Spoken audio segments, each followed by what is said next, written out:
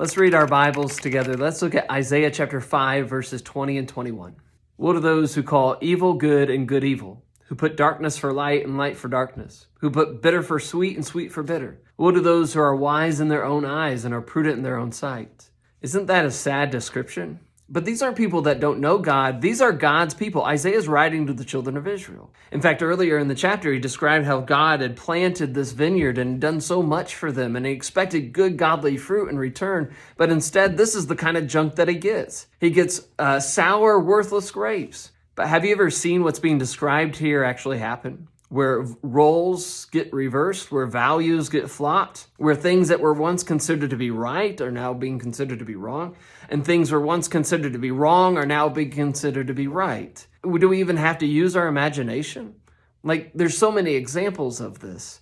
And if you've lived long enough in this country, you've watched that happen. In fact, there are some things that God has called wrong and sinful and shameful and even unnatural that our culture has got to the point where they don't even just tolerate it, but they celebrate it.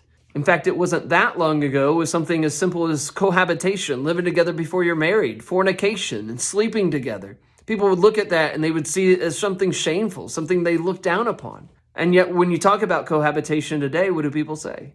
They'll say, well, it's a really good thing for them to live together to make sure that everything's going to work out and that they can work together and live together. And then if things don't work out, they just stop their fornication and they break up and they go their separate ways. In fact, if you don't cohabitate before you're married, people will say, what's wrong with you? Why won't you do that? The truth is what God calls wrong is actually wrong, and what God calls right is actually right. Let's get back to the standard. Let's get back to looking at Scripture to find out what is right and what is wrong. Because God is our standard for truth. And so let's not get those things reversed. Let me hear your thoughts. Comment down below.